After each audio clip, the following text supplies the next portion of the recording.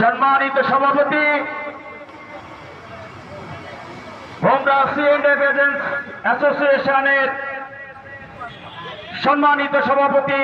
জনাব মোহাম্মদ আবু হাসান, আজকের এই আনন্দ র্যালির উদ্বোধক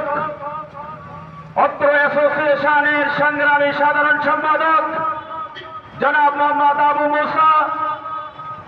আজকের সকল অঙ্গ সহযোগী সংগঠনের হোমরা স্থলবন্দর সংশ্লিষ্ট সভাপতি সাধারণ সম্পাদক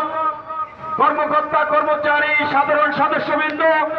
সকলকে জানাই আজকের এই আনন্দঘন মুহূর্তে রক্তিম সালাম ও শুভেচ্ছা।